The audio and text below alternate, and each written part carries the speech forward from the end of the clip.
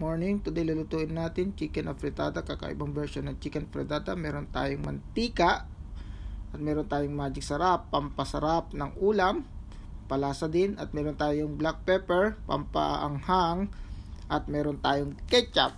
Yan po ay pangpatamis ng pagmamahal ng ating ulam, kasabay ng ating spaghetti sauce. At meron tayong gulay, makulay ang buhay. Meron tayong green onion, carrots, at green bell pepper. Meron, ayan na po, inahalo ko na ang ating chicken. Ginigisa ko na siya ng oil, tapos garlic, onion. Hinahalo-halo ko na siya.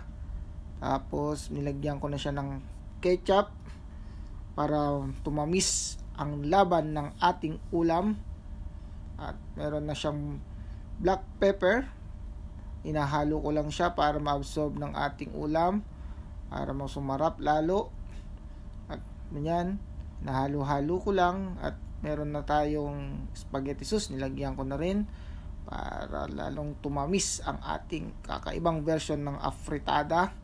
Yan po ang version ko. Ayoko po ng gaya-gaya para maiba naman ang lasa, diba guys?